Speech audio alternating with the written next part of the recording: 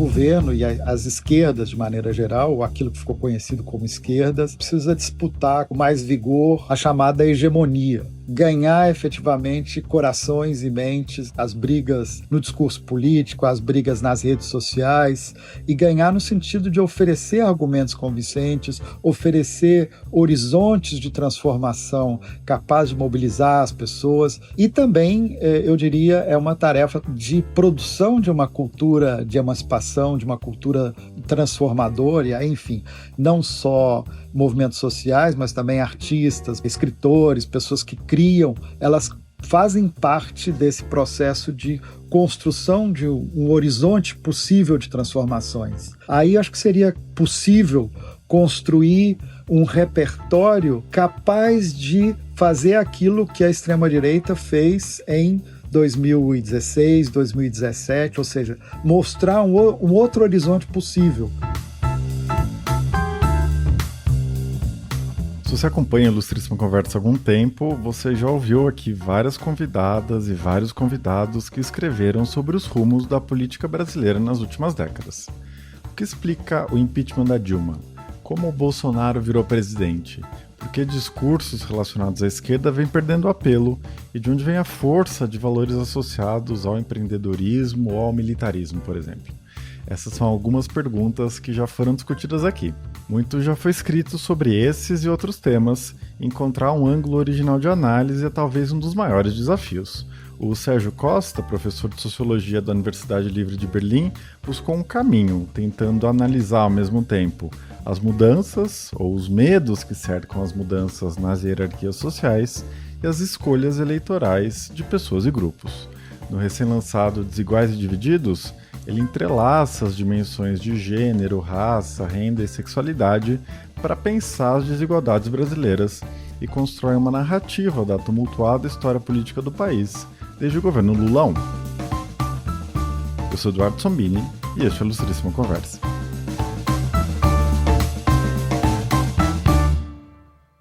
Sérgio, seja muito bem-vindo à Ilustríssima Conversa, é um prazer ter você aqui.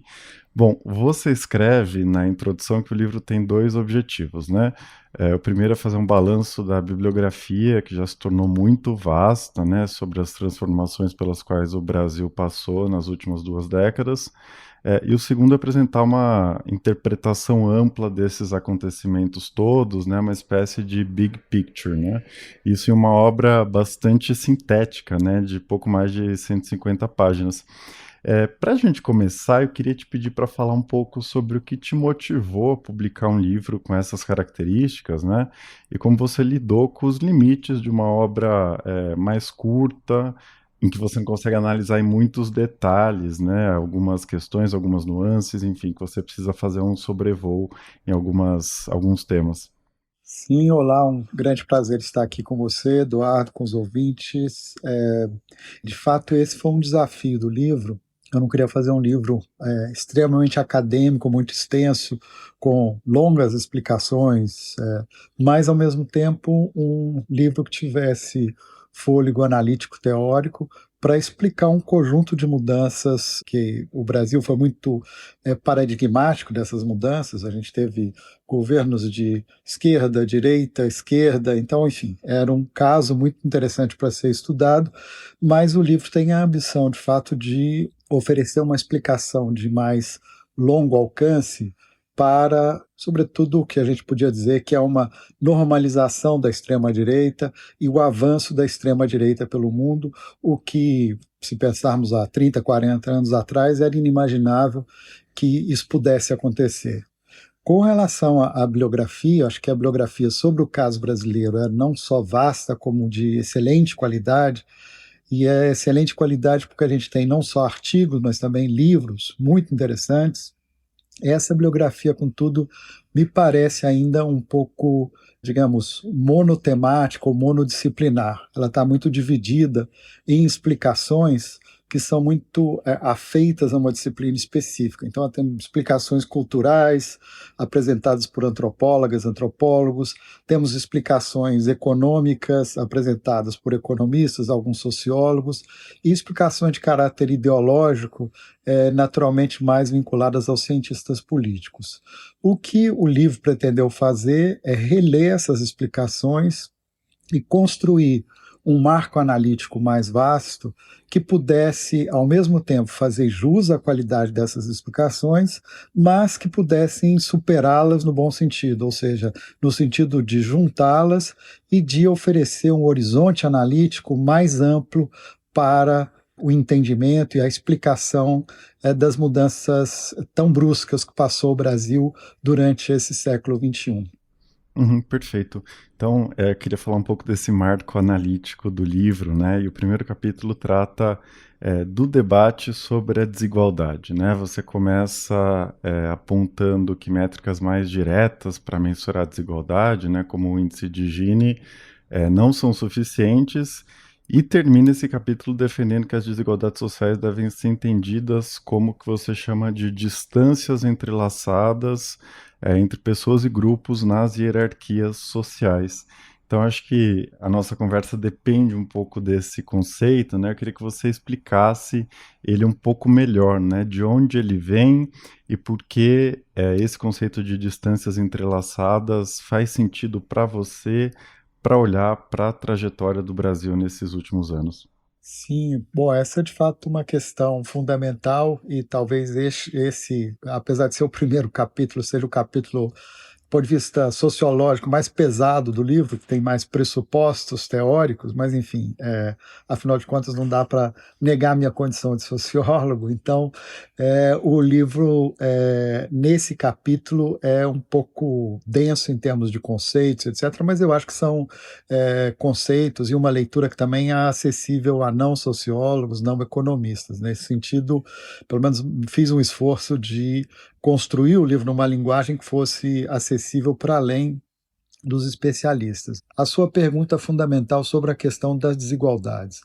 O que a gente já vem percebendo, já há anos trabalhando, estudando as desigualdades, é que houve um tempo que houve um monopólio dos economistas no estudo das desigualdades. E esse monopólio foi fundamental para avançar os estudos sobre desigualdades, mas levou a uma leitura muito particular e muito, digamos, unidirecional das desigualdades, ou seja, desigualdade se tornou sinônimo de desigualdade entre renda e entre indivíduos. Ora, nós sabemos que as hierarquias sociais são muito mais amplas que as desigualdades entre renda.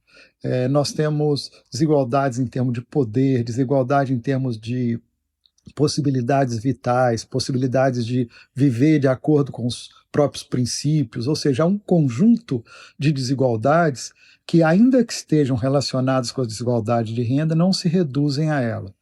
Um outro aspecto que me parece crítico, e há muitas pesquisas já desenvolvidas nessa área, é o fato de que as desigualdades foram normalmente tratadas como desigualdades nacionais.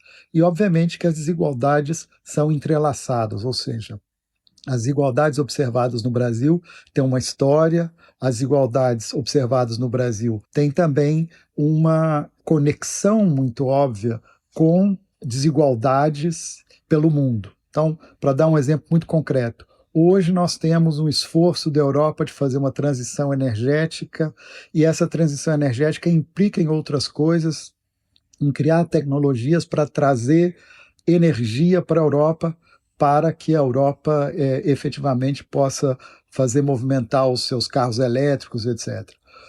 Obviamente que isso vai melhorar muito as condições de vida nas cidades europeias, mas, ao mesmo tempo, vai criar um problema para aqueles países, sobretudo da África e da América Latina, que vão ser os fornecedores dessa energia, porque eles vão, mesmo que seja energia limpa, mas eles vão ocupar mais áreas agriculturáveis, com plantas solares, com hélices para a produção de energia eólica, etc. Então, claramente, há um vínculo entre a melhoria da qualidade de vida na Europa, a redução das desigualdades aqui e, ao mesmo tempo, um agravamento de tensões, de conflitos, por exemplo, por terra no Brasil e outros países da América Latina e da África. Por isso que a ideia primeiro, que desigualdade diz respeito a várias dimensões, ou seja, não é só renda, tem todas essas dimensões que eu comentava antes. Desigualdade diz respeito também a uma história, ou seja, as desigualdades presentes estão vinculadas à história do colonialismo, à história da escravidão.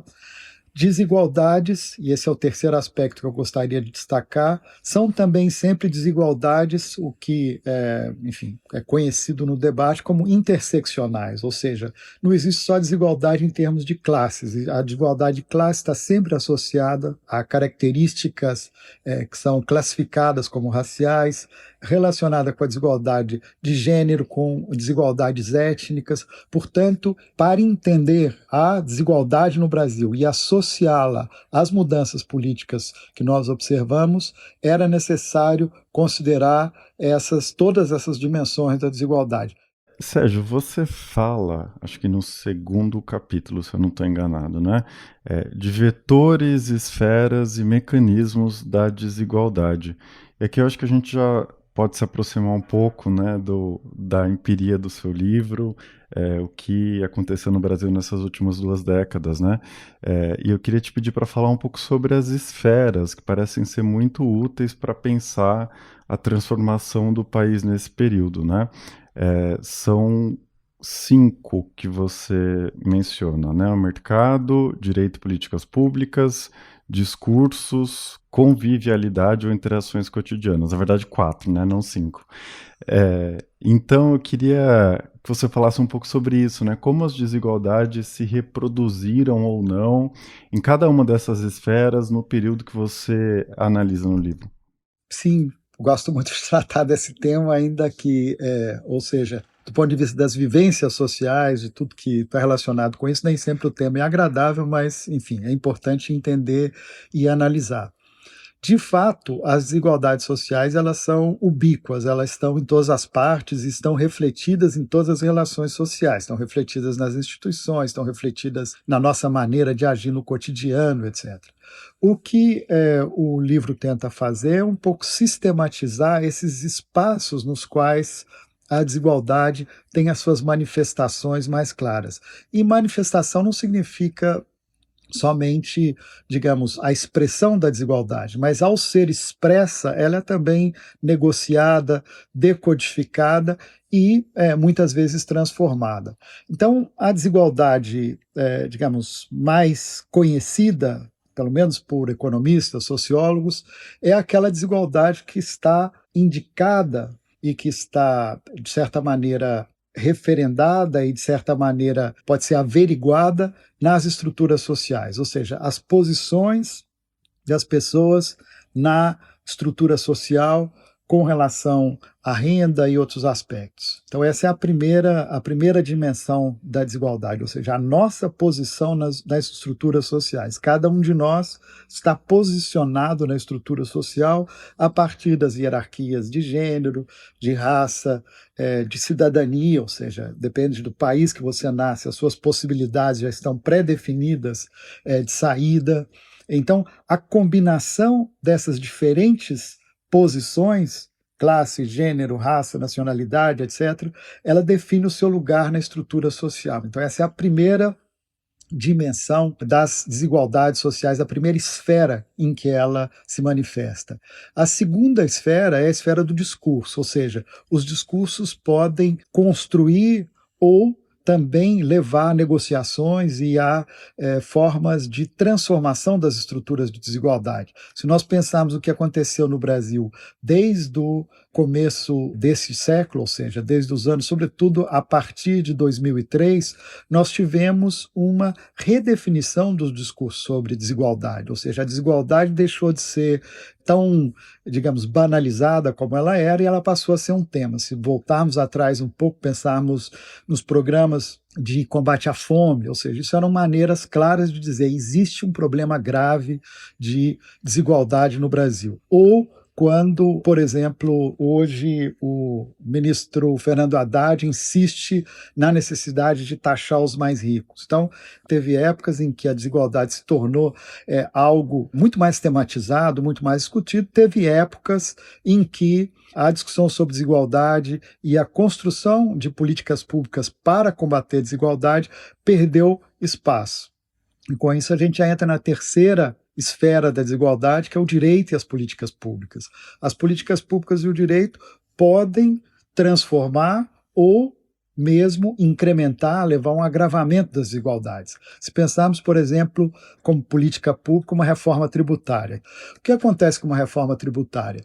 Ela pode levar, inclusive, a um agravamento da má distribuição de renda, se, por exemplo, ela taxa proporcionalmente os mais pobres. Então, há aí claramente uma esfera também de negociação das desigualdades. O direito, da mesma maneira, ou seja, quando construímos um direito capaz, por exemplo, de combater a discriminação, seja de gênero, seja racial, nós estamos criando mecanismos para reduzir as desigualdades. Se, por outro lado, criamos certos privilégios através do direito, com grupos que têm acesso a certos direitos que outros não têm, etc., o direito contribui para agravar as desigualdades.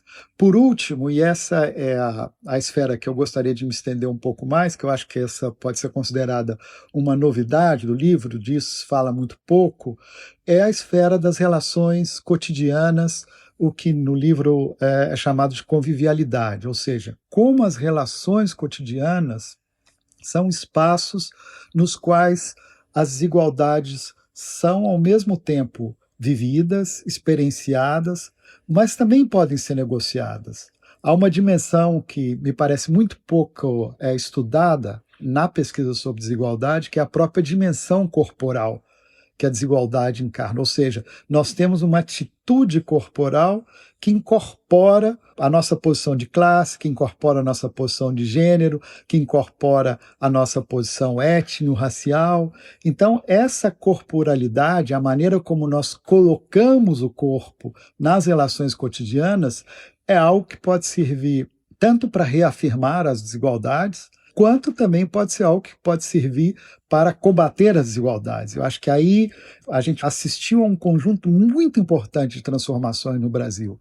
Corpos que não eram esperados em determinados espaços sociais aparecem ali e com uma atitude muito diferente daquela que esses corpos, obviamente associados às pessoas, às suas performances corporais, tinham no passado. Se pensarmos, por exemplo, na presença de corpos negros na mídia brasileira hoje, mas também as negociações que vemos da presença do corpo negro nas relações dentro das instituições, nas relações cotidianas, isso incomodou muita gente, ou seja, o fato de que efetivamente aquelas pessoas que eram esperadas, dada a história do país, que havia expectativa que fossem subservientes, que aceitassem os rituais de humilhação, essas pessoas se posicionam de uma maneira completamente distinta e dizem, não aceitamos isso, e não aceitamos isso não só no nível do direito, ou no nível do discurso,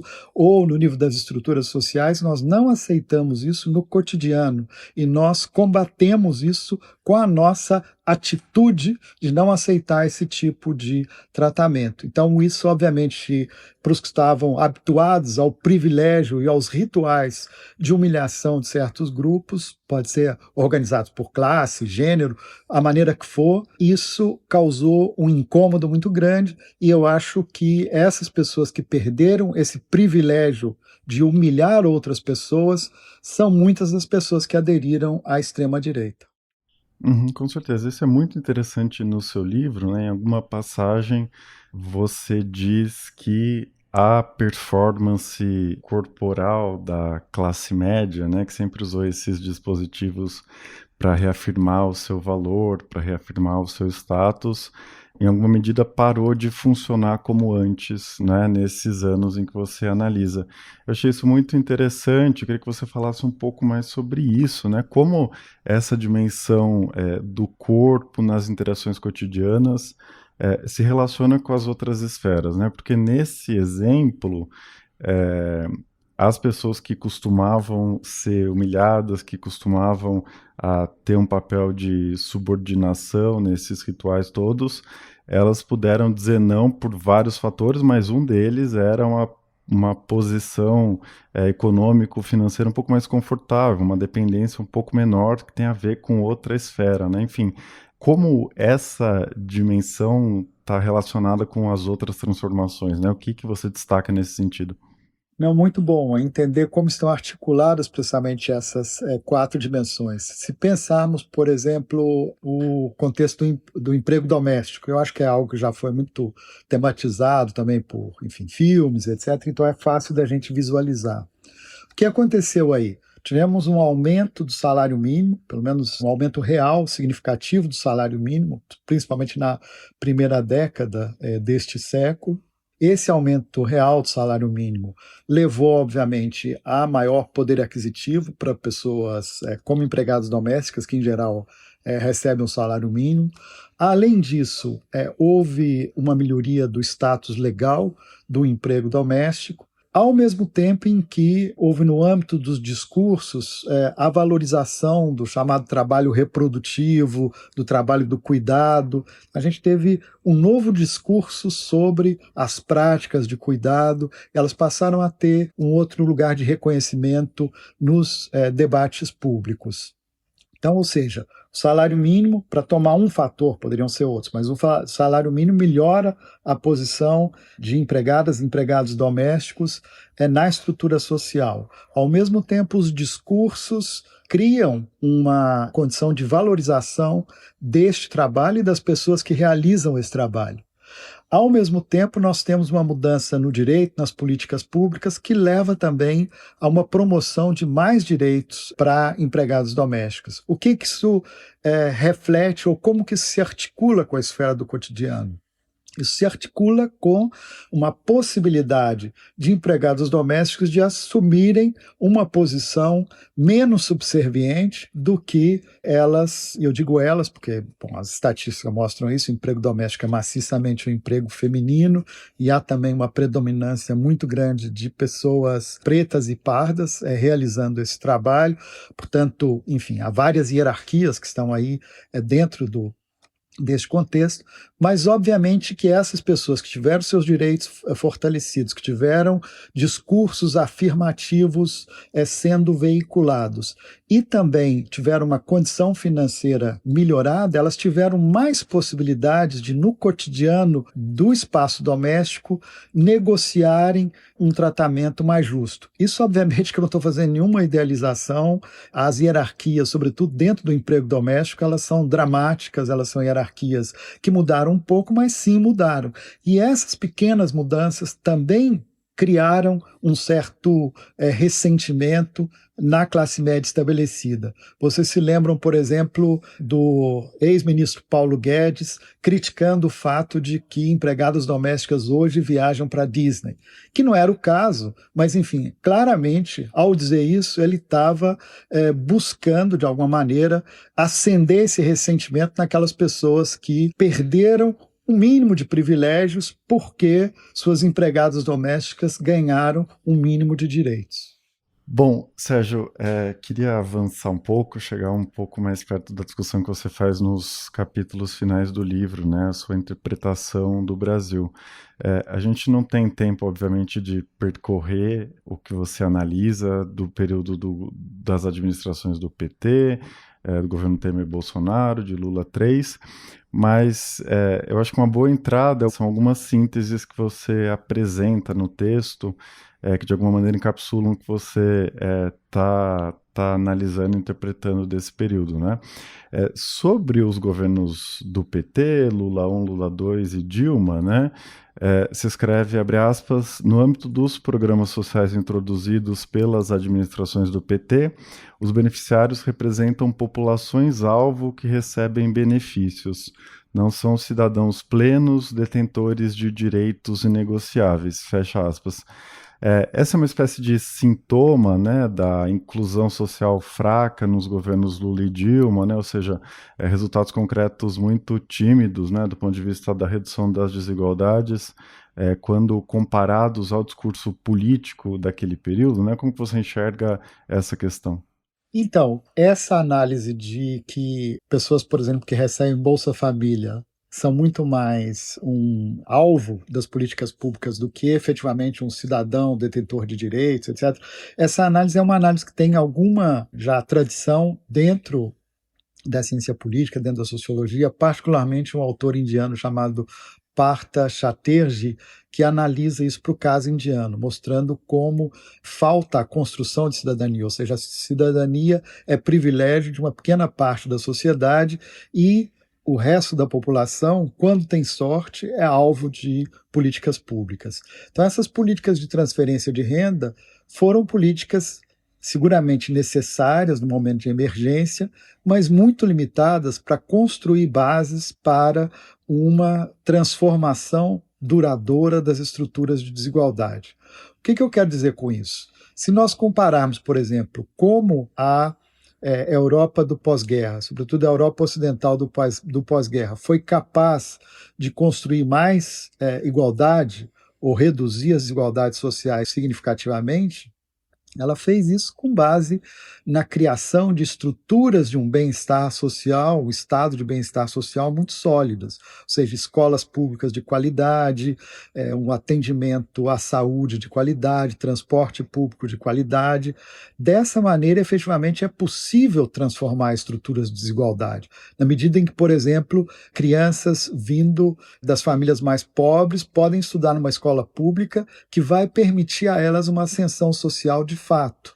O que aconteceu no Brasil foi uma inclusão, digamos, financeira, ou seja, as pessoas receberam benefícios sociais, mas não houve o investimento correspondente em políticas de construção de um estado de bem-estar social sólido.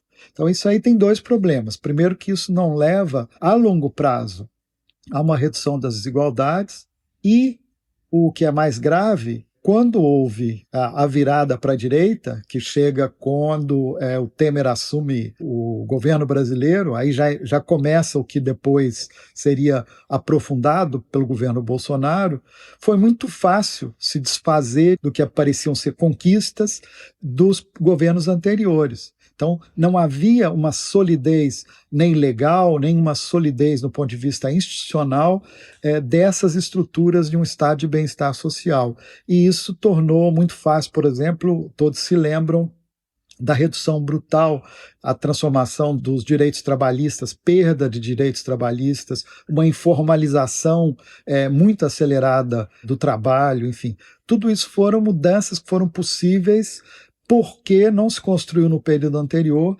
bases sólidas, eu insisto, de um estado de bem-estar social. Uhum, certo. Queria dar um outro salto aqui, né, para o período pós-impeachment, as presidências do Temer e do Bolsonaro. Você menciona, né, abre aspas, um reordenamento distributivo em favor do capital, dos mais ricos, dos homens, dos brancos e das famílias heteronormativas, de políticas que visavam concentrar riqueza e poder nas mãos de quem se encontrava no topo das hierarquias sociais. Fecha aspas, né?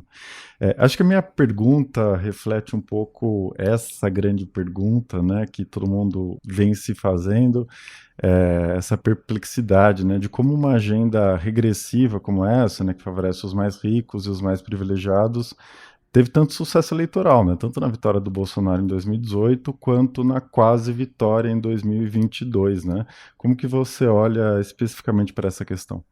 Então, esse aspecto acho que é fundamental para entender o argumento do livro. Eu tento um pouco caracterizar, e obviamente aí são traços muito grossos, ou seja, teria que entrar em detalhes, etc., mas como traços muito grossos, e aqui eu me valho de uma pesquisadora da imigração na Europa, para usar os termos que ela usa, obviamente que aplicando, ela se chama Floia Antias, e ela define, no caso da imigração, ondas, momentos de desordenamento das hierarquias sociais e momentos em que essas hierarquias são reordenadas. Um pouco eu tento usar essa ideia, muito mais do que, digamos, me valer de toda a teoria que ela desenvolve, valer um pouco dessa imagem de desordenamentos e reordenamentos das hierarquias sociais para explicar o que aconteceu no Brasil a partir de 3 ciclos. Claramente, de 2003 até 2013, 14, aí depois já começa, mesmo que ainda tivéssemos Dilma Rousseff no poder, mas já começa uma espécie de novas perdas para aqueles grupos que haviam ganhado anteriormente. Então, nesse primeiro ciclo, nós temos um desordenamento de hierarquias de raça, de gênero, dado às políticas de ação afirmativa, as políticas de promoção de igualdade de gênero e também, obviamente, transformações socioeconômicas, ou seja, políticas sociais sozinhas não conseguiriam operar a transformação que foi operada. Então, há mudanças no mercado de trabalho, há mudanças na economia que também permitem que grupos que antes ocupavam posições muito subordinadas nas hierarquias sociais melhorem um pouco a sua posição. Não significa que houve uma transformação efetiva e muito ampla, mas, de qualquer maneira, houve deslocamentos importantes nessas hierarquias. Esses deslocamentos, e essa é a interpretação que faz o livro, eles geram mal-estar para aqueles que perderam posições, sejam com relação a gênero, seja com relação à classe, seja com relação à etnicidade, enfim, raça e etnicidade. Esses grupos que não tinham antes os seus privilégios colocados em questão, eles passam, de alguma maneira, a receber com incômodo o fato de que outros grupos que não são aqueles grupos privilegiados de sempre começam a disputar certos espaços. Aí nós temos, digamos, o impeachment para mim é um reflexo disso. O impeachment é precisamente uma tentativa de reordenar as hierarquias sociais. E como ícone disso, nós temos, devem se lembrar, o Ministério de Homens Brancos de Temer. Aquilo, para mim, é uma clara sinalização de que, efetivamente, aquelas pessoas que haviam perdido, ainda que minimamente, poder ou renda ou qualquer outro tipo de conquista ou privilégio no ciclo anterior, elas estavam sendo recompensadas por essa mudança política que ia restituir a ordem anterior. Bolsonaro, para mim, foi uma radicalização disso, e o Lula 3 poderia funcionar como um novo desordenamento das hierarquias sociais, ou pelo menos uma reconstrução daquilo que tivemos nos primeiros anos deste século, mas, pelo andar da carruagem, o governo não vai cumprir, de fato, esse papel que tem sido feito, dadas as dificuldades políticas para a implementação de políticas sociais e de políticas, de fato, de redistribuição de renda. Esse desordenamento das hierarquias sociais tem acontecido no Lula 3 num ritmo muito mais lento e com muito menos intensidade do que foram o Lula 1, Lula 2, a Dilma Rousseff 1 e o segundo governo da Dilma Rousseff. Aí sim já temos um começo do reordenamento das hierarquias. Como explicar o voto? Porque, afinal de contas, ou seja, a maioria da população brasileira seguramente perdeu, e os indicadores mostram isso, ou seja, houve um aumento da pobreza, houve uma piora na distribuição de renda, houve uma perda de espaços para políticas públicas para mulheres, para negros. Então, seguramente a maioria da população saiu prejudicada pela essa mudança que houve de Dilma para Temer, quanto agravou-se ainda mais com a passagem de Temer a Bolsonaro. E por que, então, votam em Bolsonaro? Aí sim eu acho que serve a chave interseccional, ou seja, elas votaram porque são brancas, ou votaram porque são homens, ou votaram porque, de alguma maneira, algum outro tipo de privilégio que perderam, Bolsonaro, com seu discurso e suas práticas misóginas, de certa maneira, todos se lembram da fala sobre quilombolas, portanto, com um claro componente racista também em suas falas. Ou seja, esse tipo de discurso e de prática, de alguma maneira, era uma promessa de reempoderar setores que perderam poder, renda ou prestígio durante os governos comandados pelo Partido dos Trabalhadores. Portanto, ainda que a eleição seja sempre algo que implica muitas variáveis, é possível estabelecer uma correlação entre grupos que perderam ou ganharam em todas essas dimensões e a adesão ou não à extrema-direita. E aqui, se vocês me permitem, gostaria de fazer uma ressalva importante. A política não é uma equação simples, ela sempre implica uma combinação de vários fatores, ou seja, a relação entre escolhas políticas e mudanças socioeconômicas não é uma relação unívoca e direta. Exatamente porque as escolhas políticas dependem não só do que aconteceu efetivamente, das mudanças efetivas observadas na estrutura social, mas como as pessoas decodificam essas mudanças, como elas significam e interpretam essas mudanças.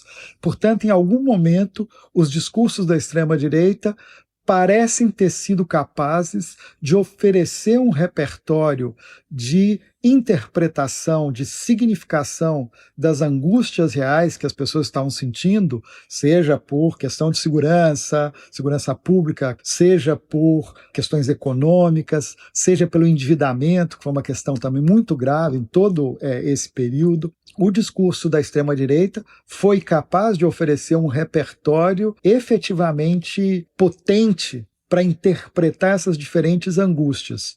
Não se pode dizer que o que hoje é conhecido no debate público como esquerda, enfim, se isso é de fato esquerda, cabe uma discussão, mas o que é conhecido no debate público como esquerda, não é que o repertório da esquerda se tornou completamente impotente, tanto que a esquerda continuou muito competitiva eleitoralmente e foi inclusive capaz de reeleger a Lula. Mas, num determinado momento, esse discurso da direita, e mais particularmente da extrema-direita, mostrou uma capacidade muito grande de oferecer possibilidades de interpretação e significação dessas angústias que a população estava sentindo, independentemente da capacidade das pessoas que usam esse discurso de resolver os problemas que eles estavam endereçando, ou seja, eles estavam tratando de problemas e oferecendo soluções que, obviamente, não eram soluções reais para esses problemas. Sérgio, para a gente se encaminhar para o final, né, eu queria voltar ao Lula 3, porque você vocalizou uma sensação que eu acho que vem crescendo, né, de uma certa frustração com o governo, com os rumos do governo, com as medidas que vêm sendo tomadas, com a efetividade das políticas, né, e eu acho que existem algumas posições nesse debate, né, uma posição, eu acho que o Paulo Arantes, quando ele esteve aqui no Ilustríssima Conversa, ele expressou isso de uma forma muito boa, né? Ele disse que se o Lula conseguir conter o pior da extrema-direita, né, reduzir os danos, isso já vai ter sido uma grande coisa, né? Outra posição um pouco diferente é essa crítica a um governo paralisado nas mãos do Centrão, que não consegue se desvencilhar, né, que tem pouca imaginação, que precisa arregaçar as mangas, né, e mudar o contexto político, né, enfim, várias formas de olhar para essa situação. Eu queria te pedir um pouco a sua avaliação, né, como que você está enxergando os rumos do governo Lula 3 nesse debate mais amplo que vem sendo feito sobre a política no Brasil, sobre o avanço da extrema-direita, né, não só no Brasil, obviamente, em outros países também. Então, essa acho que é a questão, né? Ou seja, como avaliar o Lula 3? Primeira pergunta crucial é comparado com o quê? Né? Se for comparado com o governo anterior, de Jair Bolsonaro, o Lula 3 é um êxito absoluto, tanto na produção de políticas públicas, quanto também na estabilização da ordem democrática. Se compararmos, contudo, Lula 3 com Lula 2, obviamente que aí a avaliação é muito mais modesta. O que tem se conseguido fazer hoje foi muito menos do que se conseguiu naquele período, e naquele período não é que houvéssemos conseguido muito, ou seja, eu já dizia antes, não se construiu as bases de um estado de bem-estar social, mas ao menos promoveu-se uma redução significativa da pobreza, um aumento significativo do salário mínimo, ou seja, houve uma transformação importante do país naquele período. O que eu vejo atualmente é que, e aí eu vinculo isso com a questão das expectativas associadas a certos discursos políticos, Lula foi eleito por uma frente e essa frente incluía interesses muito diversos, desde aqueles que já estavam contentes se Lula fosse capaz de, ao menos, colocar um limite temporário para a extrema-direita, e a extrema-direita e o seu desejo de destruir a democracia no Brasil, ou seja, se o Lula fosse capaz de fazer isso, isso já seria um grande negócio, enquanto outros que haviam perdido, inclusive, digamos, materialmente, desde 2014, quando começa a crise econômica, e nunca mais haviam conseguido voltar novamente àquilo que eles tinham no período anterior à crise política e econômica, essas pessoas também votaram no Lula esperando, obviamente, um governo muito diferente desse que ele está conseguindo fazer. Então, eu acho que nós temos aqui, de fato, um governo que tem sido capaz de fazer muito menos do que aquilo que a campanha política prometeu. Eu conversava há pouco com uma jornalista e uma imagem que eu acho que era interessante de retomar aqui, que eu dizia para ela que muitas pessoas votaram no PT e em Lula esperando que pudessem comer picanha e tomar cerveja no final de semana, como foi um tema da campanha eleitoral efetivamente, e que atualmente sequer conseguem comprar ovos. Então, assim, isso um pouco dá uma medida da frustração de alguns setores têm desse governo. Eu seria um pouco mais benevolente na avaliação, na medida em que eu tenho visto alguns avanços. Eu acho que a reforma tributária, que parece que está sendo finalmente concretizada e concluída, foi um avanço importante. Há muito ainda para fazer, ou seja, essa taxação mais significativa dos muito ricos é algo urgente de ser feito. Tem alguma esperança que isso ainda possa acontecer, ainda no Lula 3.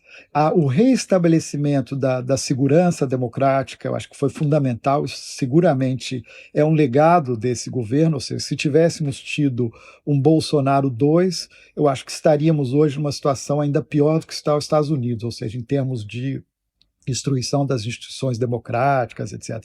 Estaríamos na situação talvez comparável à da Hungria ou de outros países que de fato tiveram, ou mesmo para ficar ainda, digamos, mais dramática a comparação, ou como Turquia, ou mesmo como a Índia, que de fato perdeu muito das suas instituições democráticas. Então, sob esse aspecto, há uma conquista significativa do ponto de vista das políticas públicas. Eu acho que o ritmo de transformação tem sido muito mais limitado do que esperávamos, e aquilo que tem sido um pouco, parece, um dos focos da atuação desse governo, que é precisamente os chamados setores intermediários ou a classe média emergente, que não é exatamente uma classe média, ou seja, mas aqueles que saíram da pobreza, etc., e que esperam muito em termos de ascensão social, etc. Então, medidas como a isenção de imposto de renda para as camadas de renda até 5 ou 7 mil reais, etc., tudo isso são medidas que podem ter um efeito simbólico, mas que efetivamente não vão mudar de maneira significativa a vida dessas pessoas. Então, acho que também nesse que parece ser um dos grupos muito priorizados pelas políticas públicas, o governo, a meu ver, não encontrou ainda o foco adequado, não encontrou ainda as medidas que pudessem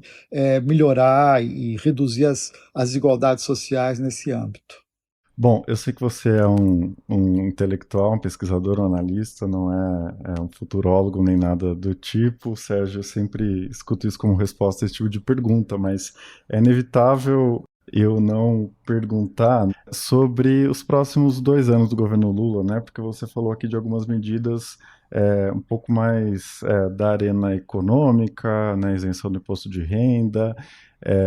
E antes você falava, né, dessa capacidade da extrema-direita em criar é um referencial, um repertório que faz com que as pessoas concebam o mundo, se concebam no mundo, né, e interpretem o que está à volta delas a partir desses valores. Pensando no Lula 3, né? Você vê alguma frente nesse plano da interpretação do mundo, da decodificação do mundo, enfim, né, desse plano simbólico que o governo deveria investir para ter chances em 2026, para melhorar suas chances em 2026? Enfim, né, como que você enxerga essa discussão? Bem, para usar um termo que saiu um pouco de moda, mas eu acho que continua muito valioso para entender as transformações na relação entre sociedade, cultura e política, o governo, de fato, precisa disputar com mais vigor, e o governo e as esquerdas, de maneira geral, ou aquilo que ficou conhecido como esquerdas, a chamada hegemonia. Ou seja, hegemonia significa ganhar efetivamente corações e mentes, ganhar efetivamente as brigas no discurso político, as brigas nas redes sociais, e ganhar no sentido de oferecer argumentos convincentes, oferecer horizontes de transformação capazes de mobilizar as pessoas. Isso não pode ser, obviamente, só tarefa de quem está no poder, nem só tarefa de partido, ou seja, isso é uma tarefa que perpassa organizações sociais, etc. E também, eu diria, é uma tarefa de produção de uma cultura de emancipação, de uma cultura transformadora, e, enfim, não só movimentos sociais, mas também artistas, mas também escritores, pessoas que criam, elas fazem parte desse processo de construção de um horizonte possível de transformações. E aí, um horizonte positivo de transformações, ele está muito longe do nosso alcance hoje, ou parece muito longe. Mas se não conseguirmos construir isso com imagens positivas, tomando inclusive de movimentos sociais, a gente vê alguns movimentos que são capazes de apontar para um futuro diferente, e não só esse futuro distópico que vemos com o avanço da extrema-direita. Então, acho que disputar a hegemonia nesse campo, seja dentro do campo das políticas públicas, seja dentro das várias organizações civis, seja no cotidiano, seja também, isso é fundamental, ou seja, com mais capilaridade nas redes sociais, aí acho que seria possível construir um repertório capaz de fazer aquilo que a extrema-direita fez em 2016, 2017, ou seja, mostrar um outro horizonte possível, oferecer repertórios de interpretação. Precisaria, inclusive, corrigir isso, porque não me parece que a extrema-direita mostrou um horizonte possível. Ela ofereceu um repertório de interpretação para as angústias que as pessoas estavam sentindo, sem oferecer um horizonte diferente. Então, acho que o que as forças progressistas podem fazer é construir as imagens de um mundo melhor do que esse que nós estamos conhecendo hoje. Enfim, é uma tarefa hércula e eu não vejo atores capazes de conduzir essa tarefa hércula hoje no Brasil, mas quem sabe a soma de esforços fragmentados possam nos levar à construção de um horizonte mais amplo de transformações. Perfeito. Então, para recapitular, o Sérgio Costa é autor de Desiguais e Divididos, uma interpretação do Brasil polarizado. Sérgio, muito obrigado pela sua participação. Foi um prazer conversar com você. Eu que agradeço, Eduardo. Grande prazer também para mim. Este foi o Ilustríssima Conversa. Eu sou Eduardo Sombini e a edição de som foi feita pelo Rafael Conkle. Se você tiver algum comentário, crítica ou sugestão, não deixe de me escrever. Pode ser pelas redes sociais ou pelo meu e-mail eduardo.somini@grupofolha.com.br. A gente se vê daqui a 2 semanas. Até lá!